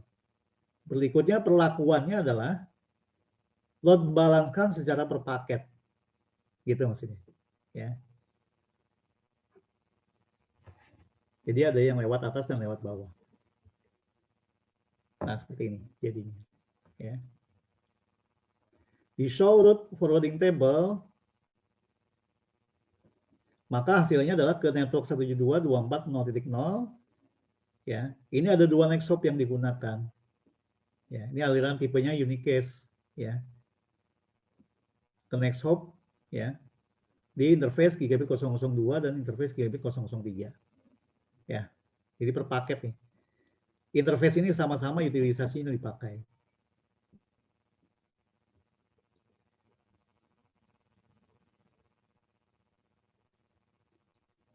Baik, ya, itu untuk routing protokol dynamic. Sampai sini ada pertanyaan dulu sebelum kita lanjutkan ke routing policy dan firewall filter. Mau tanya Mas Pur, Silakan. di OSPF tadi yang terkait route preference, tadi kan salah satu komponen yang dijadikan prioritas dalam memilih route preference itu kan bandwidth ya. Kalau misalnya ya route preference ya. Kalau route preference biasanya perbandingan, sorry Mas. Ya. Kalau dimaksudkan dengan route preference itu adalah kalau kita menginstal routing protokol, tapi routing protokolnya berbeda jenisnya. Ada yang misalkan static dan OSPF. Maka yang dibandingkan adalah nilai preference-nya ini. Nah, silakan lanjut dulu pertanyaannya Mas. Oke. Kalau misalnya ada dua jalur di mana dua jalur itu spesifikasinya yang satu interface portnya sudah support 10 gig, tetapi bandwidth-nya misal katakan 100 mega. Tapi untuk yang jalur kedua interface portnya masih 1 gig, tetapi bandwidth-nya 700 mega atau di atas 100 mega. Itu yang dipilih tetap bandwidth-nya atau dari spesifikasi port yang dilewatkan? Oke, jadi gini. Jadi OSPF itu akan menghitung path cost. Path cost berarti kan jalur ya. Sebentar. Saya gambarkan aja sini kali ya. Misalkan gini deh, misalkan sama lah ya. Ini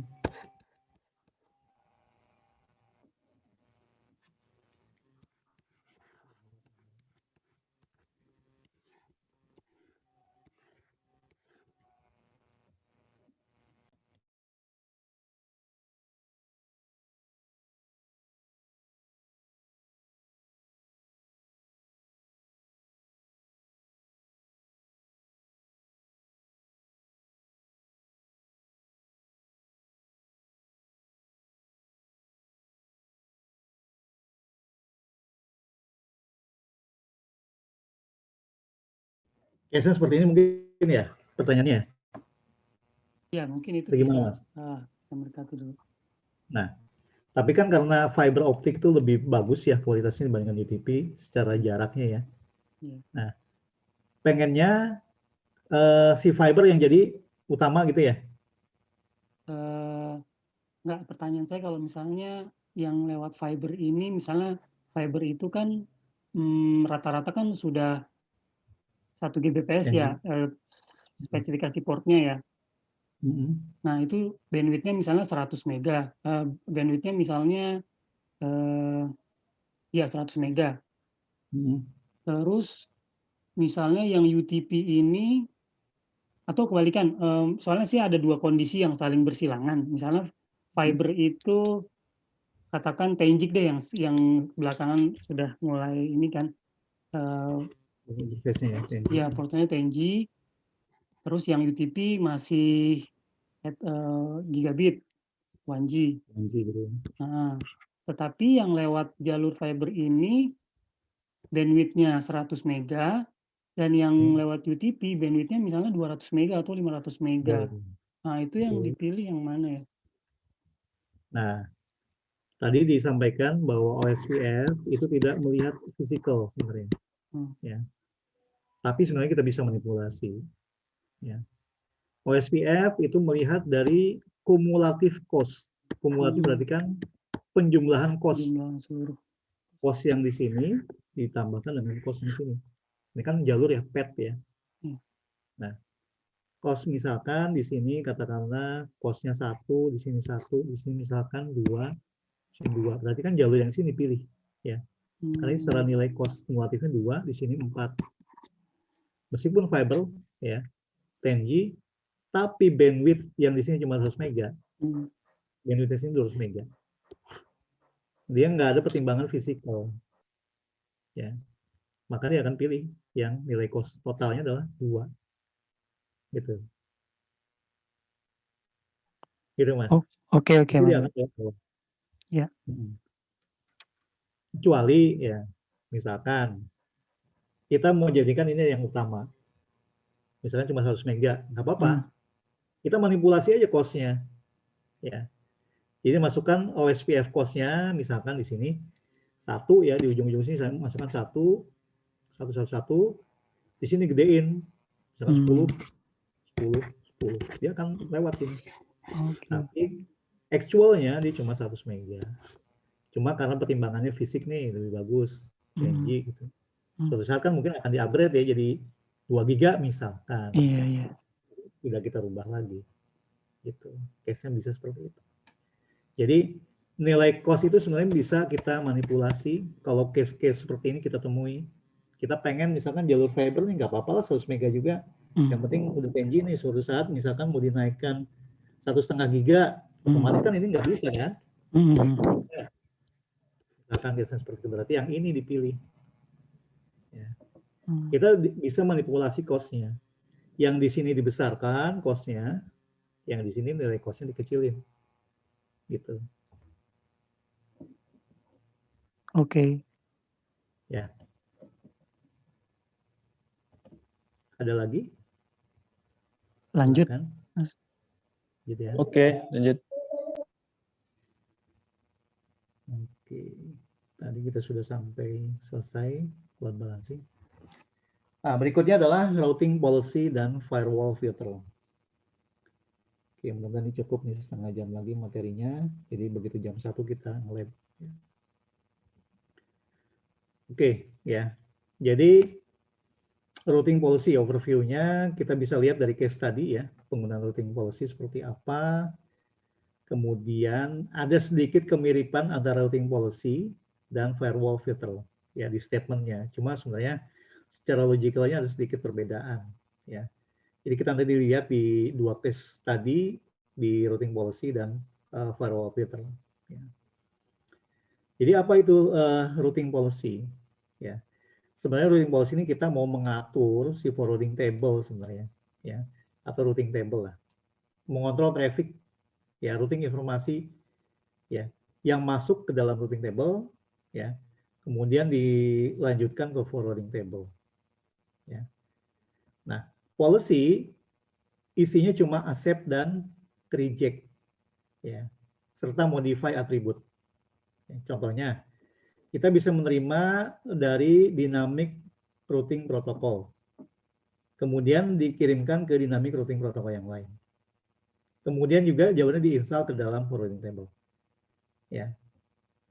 Jadi policy terhadap routing yang masuk ke dalam routing table, yang keluar ya ke arah routing table yang lain, ya secara router, atau nanti perlakuannya nanti yang akan diteruskan diekspor ke bagian kontrol forwarding plan atau forwarding table.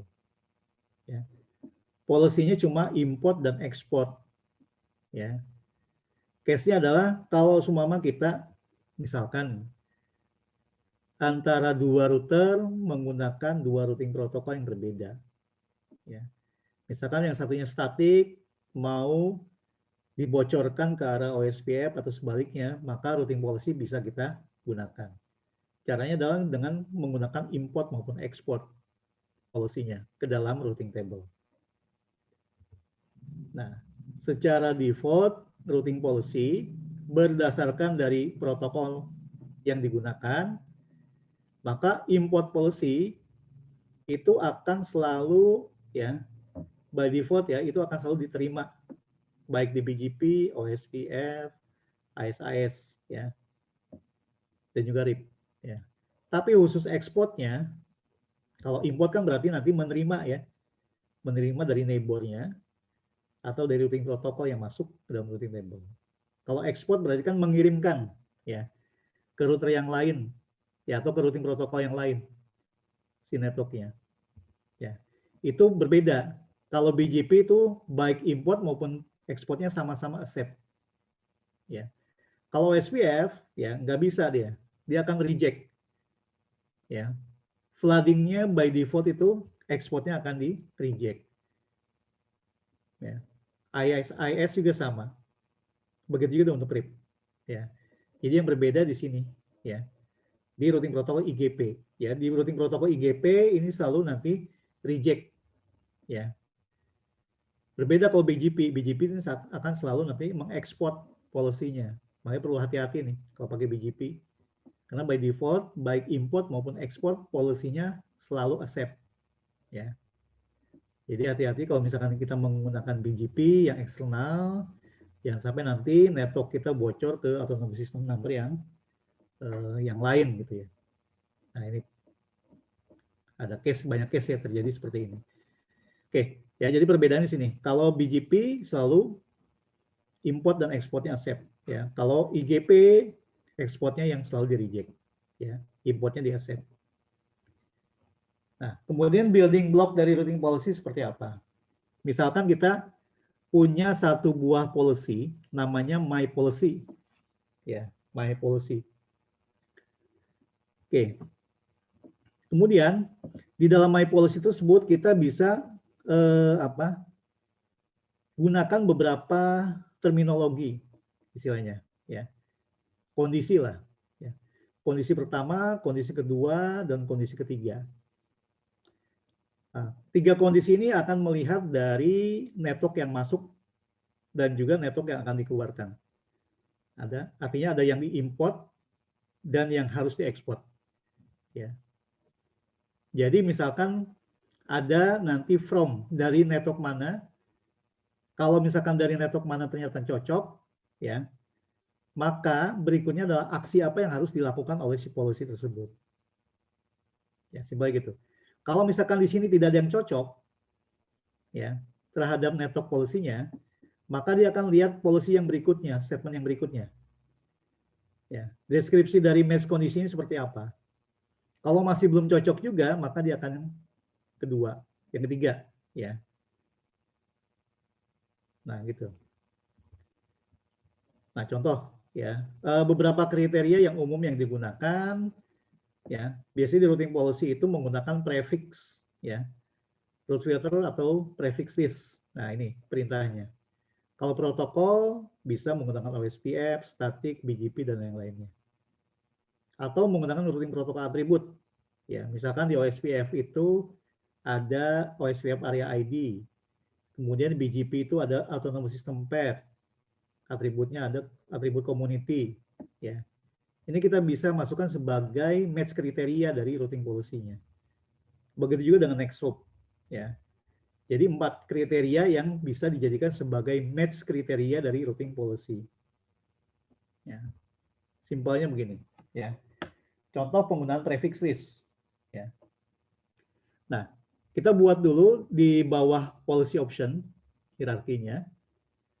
Nah, kemudian kita tambahkan prefix list RFC 1918. Ini ketentuan dari request for comment terhadap 3 network private seperti ini.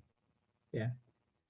Nah, kemudian ini prefix listnya, match kriterianya terhadap ini, RFC 1918. Kemudian policy statement kita namanya adalah policy 1. Ya. Jadi kita punya 2 statement policy 1 dan policy 2. Policy 1, ya, kondisinya cuma ada 1 di sini. Ya. Nah, di policy 1, kondisinya adalah from. Ya, from ini artinya kalau ada asal network, ya, dari 3 network ini, ya, from policy ini, maka terhadap kriteria yang ini, aksinya adalah akan di-reject. Gitu. Jadi policy yang pertama ini akan mereject network-network yang asalnya dari sini. Nah, kemudian policy yang kedua kita buat, ya, kalau misalkan polisinya bukan berasal dari kriteria yang di sini, ya, atau or longer, maka di sini akan di-reject juga. Ya. Jadi ada 2 kondisi. Kalau yang di sini match terhadap yang di sini. Nah, kalau ini selain daripada RFC 1918 ternyata ada yang or longer juga. Nah, apa nih or longer nih? Kita lihat di sini ya. Nah, or longer itu kalau seperti ini nih, ya.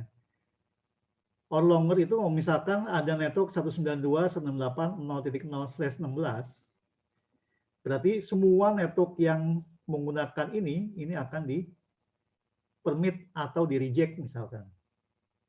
Nah, contohnya seperti ini. Route filter misalkan 192.168.0.0/16 or longer. Ya. Or longer itu berarti or longer mesh type will also match the route specified in route filter. Kalau exact ini harus benar-benar berasal dari sini. Ya. Apa bedanya? Ya. Kalau di sini kan benar-benar asalnya 192.168.0.0/16 exact. Kalau yang or longer kan bisa lebih besar daripada ini. Nah, bangunannya seperti ini. Bentar ya. Nah, kalau exact di sini nih. Tepat di sini. Kalau or longer meliputi semuanya di sini. Nah, ini mungkin butuh waktu ya untuk memahaminya.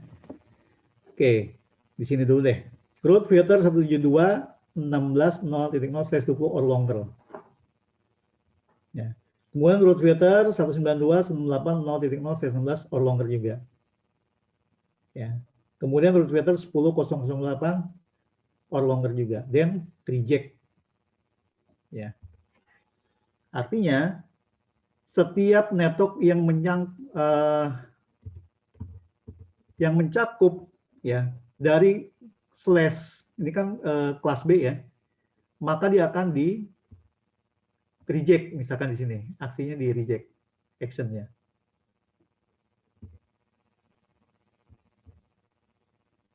Nah, kalau exact berarti kan memang benar-benar berasal dari 192.168.0.0.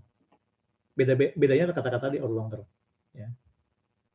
Kalau longer match type is similar to the or longer match type. Ini penjelasan ini penjelasan di sini, longer di sini. Longer seperti apa? Nah, longer ini berarti kan yang di luar di sini nih. Ya. Artinya kalau di sini kan spesifik /16. Kalau di sini /16, /17, 18, 19, 20 sampai /32. Nah, kalau yang longer /16 tidak termasuk. /17 sampai dengan /32 yang termasuk. Kalau ini startingnya dari /16 sampai dengan /32 or longer. Kalau exact ini cuma dia doang sendiri, /16 doang sendiri. Itu ya penjelasannya ya. Lihat dari gambaran bangunan segitiganya sini. Ini melingkupi /16, /17, 18, 19, 20 sampai dengan 32. Kalau yang longer kecuali yang /16. Kalau prefix length, nah prefix length itu kita tentukan range-nya dari berapa ke berapa. Ya. Root filter dari 192.168.0/16 ya. Prefix length-nya adalah 17 dan 18. Ya. Jadi ini nih, 17 dan 18 misalkan di sini. Ini 17, ini 18. Sorry, ini mungkin 17, 16, 17, 18, 19, sorry, di sini. Ya. Ini 17 dan 18. Nah, ini yang akan di range untuk di filter. Ada lagi apa nih? Up to berarti /16 sampai dengan /18. Up to. Oke, up to yang ini ya. 16, 17, 18, /19 nggak ngikut. Ya, jadi kalau kita lihat sini 16, 17, 18, 19 ya. Ya, jadi gambarnya kan kalau /16 ini satu network besar 16. Kalau /17 ya. Nah, ini ada dua network ya.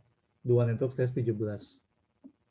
Ini ada 4 buah network /18. Ini ada 1 2 3 4 5 6 7 8. 8 network /19 ya. 16, 17, 18, 19. Oke, jadi kita harus memahami ini dulu filtering mesh condition-nya ya. Kita kembali lagi sini ya. Jadi jelas di sini or longer adalah melingkupi dari /20 ya sampai yang lebih besar ya. Sampai /24 misalkan ya. Nah, kemudian action-nya apa? Action-nya termination option-nya adalah accept dan reject ya. Kemudian untuk mengatur flow control-nya itu cuma ada dua, next term atau next policy. Kalau tidak cocok di term yang pertama, ya, maka dia akan cek di term yang kedua. Kemudian cek di term ketiga. Kalau tidak ada di dalam satu policy yang 3 term tersebut, maka dia akan loncat ke policy yang berikutnya. Itu maksudnya, ya. Nah, kemudian atribut bisa dimodifikasi Ya, tadi BGP ya, ada community dan preference sebagai bagian dari actionnya. Nah, contoh ya, ini implementasi routing policy yang dalam satu policy ya. Misalkan di sini kita punya policy my policy, ini terdiri dari 3 term. Ya. Gambarannya adalah kita lihat di sini formnya. Kalau misalkan ada traffic yang masuk asalnya dari protokol lokal, ya protokol lokal yang interface physical, ya.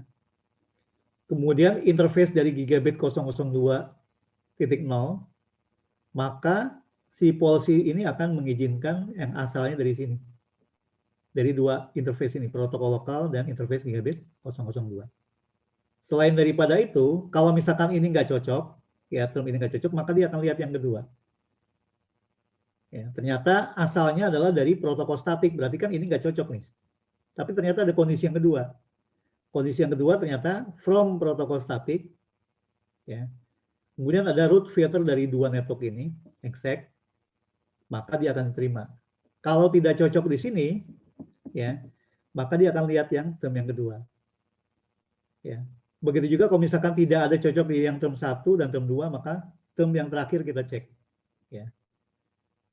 Kalau tidak cocok juga, berarti dia harus lihat policy yang lain. Ya, kalau ternyata policy yang lain tidak ada, maka akan di drop ya paketnya.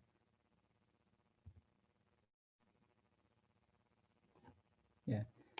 Jadi kita tambahkan nanti setelah kita buat routing policy yang seperti ini, kita masukkan misalkan di import maupun ke export. Ya. Jadi kita tambahkan apakah mau dimasukkan sebagai import atau export. Ya, misalkan di routing protokol OSPF, ya, kita mau nanti export my policy setelah routing protokol OSPF. Export my policy, ternyata policy-nya ada seperti ini. Ya, kalau ada routing protokol OSPF, nanti kita tambahkan policy dengan nama my policy. Ya, dia akan filtering yang ini, khusus network-network yang di sini, yang di 3 term ini. Dengan kondisinya seperti ini akan diterima oleh si OSPF. Kalau jalurnya import. Jalurnya ekspor, ya. Nah. Oke, sampai sini policy ada pertanyaan dulu nggak? Saya lanjut. Kalau masih ini nanti kita ada di labnya, ya. Jadi bab-bab yang dijelaskan sini nanti ada labnya. Oke, kemudian yang terakhir adalah firewall, ya. Konsep yang terakhir adalah firewall filter. Oke, seperti yang umumnya kita ketahui bahwa firewall ini adalah semacam pembatas atau tembok lah, ya, tembok api. Ya, artinya siapa yang melintas itu pasti terbakar.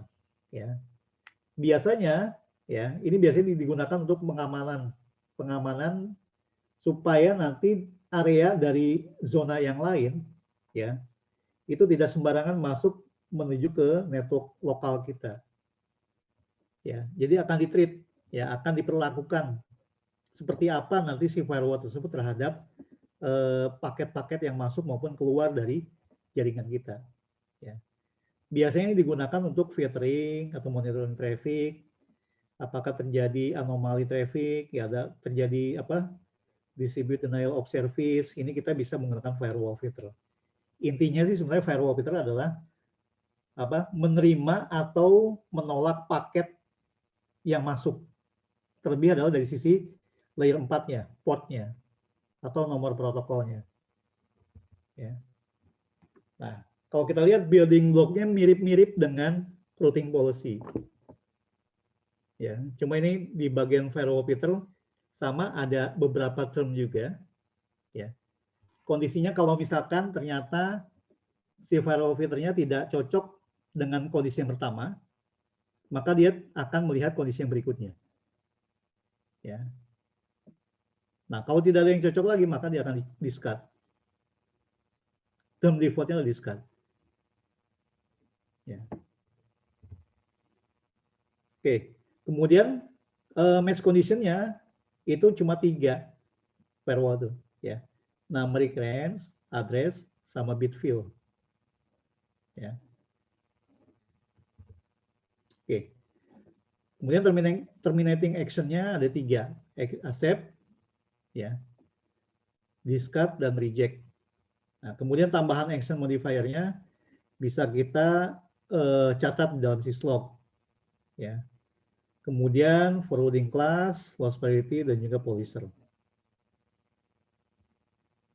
Oke, kita lihat sekarang implementasi untuk firewall filternya. Ya, dia berada di hierarki firewall, ya, edit firewall. Ya. Kemudian kita masuk ke family inet. Kemudian kita buat, ya, filternya adalah namanya filter in. Ya, nama firewall filternya adalah filter in. Jadi masuk, ya. Jadi kalau misalkan lihat kondisinya di sini adalah kalau asalnya dari source address 10.10.10.0/24, maka dia akan counting sebagai spoof in. Ya, jadi ini ditandai sebagai spoof in.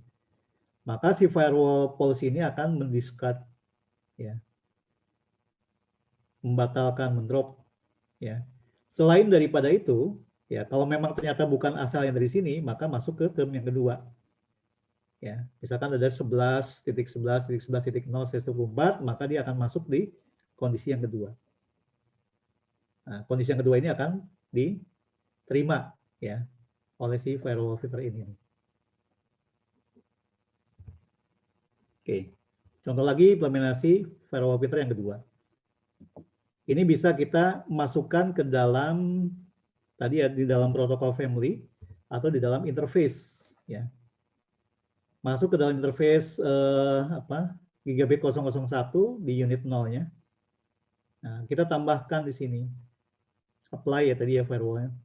Kita buat firewall logical-nya dulu, masukkan ke dalam physical-nya. Filter input, filter in. Kemudian kita buat lagi misalkan firewall kondisi untuk filter out. Ya, misalkan kita sudah membuat filter out, ya. Input, output, ya. Kemudian ini adalah address dari interface gigabit 001. Ya. Jadi kita lihat nanti si router ini akan memperlakukan traffic yang masuk dengan melihat dari sisi firewall filternya, filter in. Kemudian untuk keluarnya dia akan melihat kalau directionnya output, dia akan lihat lagi ke policy filter out, ya, seperti itu. Nah, ini contohnya cuma ada filter in, ya, yang seharusnya nanti akan kita buat untuk filter out-nya.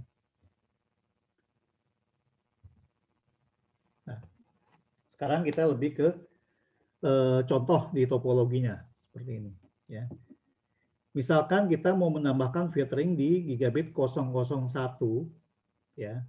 Di R1 apply sebuah filter di gigabit 001.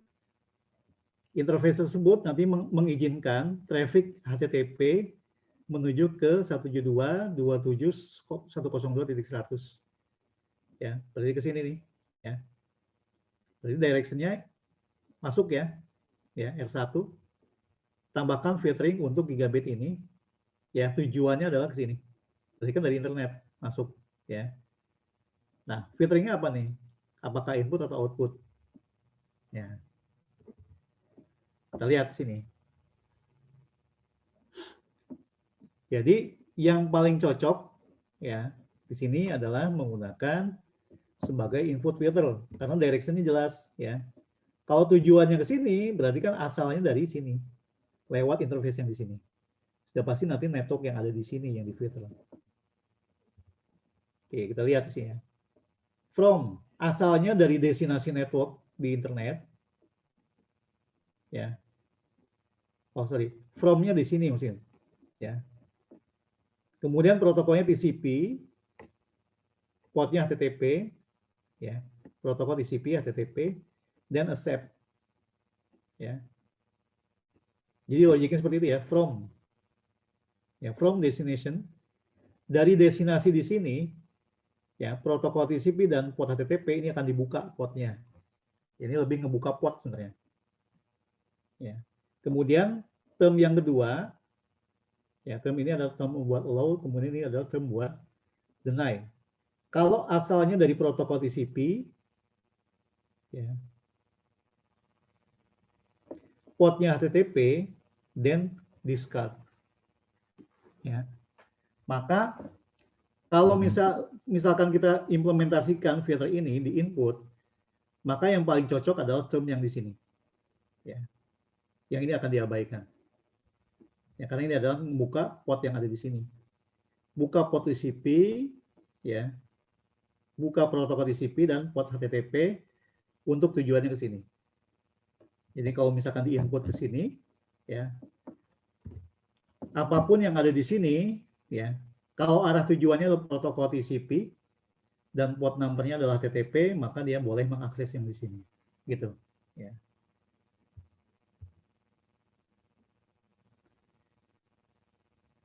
Baik, ya.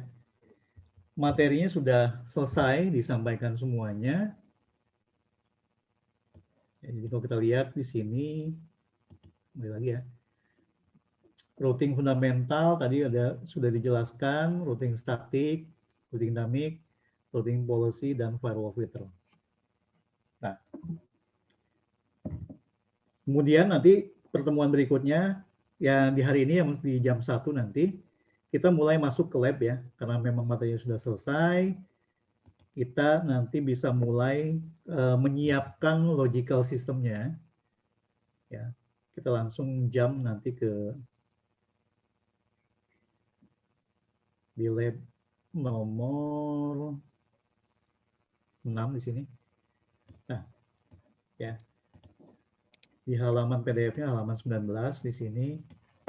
Kita siapkan ya logical system untuk 4 buah router. Ya, nanti kita menggunakan VMware aja, VMware atau pakai VirtualBox silakan. Jadi siapkan nanti 1, 2, 3, 4 interface lah. Ya, 4 interface ya di satu Junos-nya. Kemudian konfigurasi dasarnya seperti ini. Ya, nanti kita ikuti seperti ini. Nah, logicalnya seperti ini konfigurasinya. Kemudian kita pastikan nanti ping point to point-nya dulu ya. Misalkan dari R1 ke R2, R2 ke R4, R2 ke R3, R3 ke R4. Ya. Setelah itu kita mudah-mudahan bisa tuntas nih ya labnya. Masuk ke routing fundamental, topologinya sama. Kita menggunakan routing protokol statik antara R1 dan R2. Kemudian R2, R3, R4 ini menggunakan OSPF. Ya.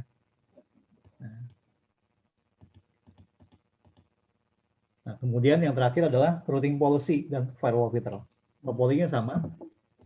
Kita nanti akan buka tutup port ya, atau memperlakukan routing policy dari statik ke routing protokol OSPF. Ya. Nah, seperti ini routing policy-nya. Dari statik ke OSPF, itu di routing policy. Kemudian firewall filternya, kita mau buka tutup port. Ya. Di sini misalkan ping-nya, ya, ping-nya misalkan di reject. Ya. Selain daripada itu diizinkan. Yang simpel aja ya, skenario yang simpel ya. Nah, seperti itu. Ngeblokir ping. Ya. Contoh simpelnya seperti itu. Baik, sampai sini ya materinya sudah selesai disampaikan. Semua materinya. Nanti kita lanjutkan jam 1 ya, kurang lebih. Sebelum kita tutup sesi yang pertama, di hari kedua ini ada pertanyaan dulu, silakan. Masih putih, Sir. Gimana? Belum ada. Mas For, nanti untuk lab-nya ini kan logical system-nya ada 4 ya? Iya. Nah, setting memorinya nanti, setting memori virtualnya berapa ya? Pakai dulu aja kalau mau yang nyaman sih. Ada virtualnya aja. Kalau misalkan 512 berarti kan nanti katakanlah 4 router mendapatkan 128 ya memorinya. Seharusnya sih cukup lah. Kalau mau nyaman sih 1 giga boleh lah. 1 giga ya. Oke. Tapi pastikan dulu nanti di laptopnya masih bisa di reserve 1 Oh, giga. iya. Ntar saya cek resource juga di laptopnya. Paling minimum 512 sudah oke lah. Oke. Oke, ya. Kalau memang tidak ada pertanyaan berikutnya, untuk sesi kedua di siang hari ini, nanti kita lanjutkan lagi setelah sholat makan siang. Kita kembali lagi nanti jam 1 ya. Tapi Oke, nanti saya Mas. ini tutup dulu ya. Iya, Mas.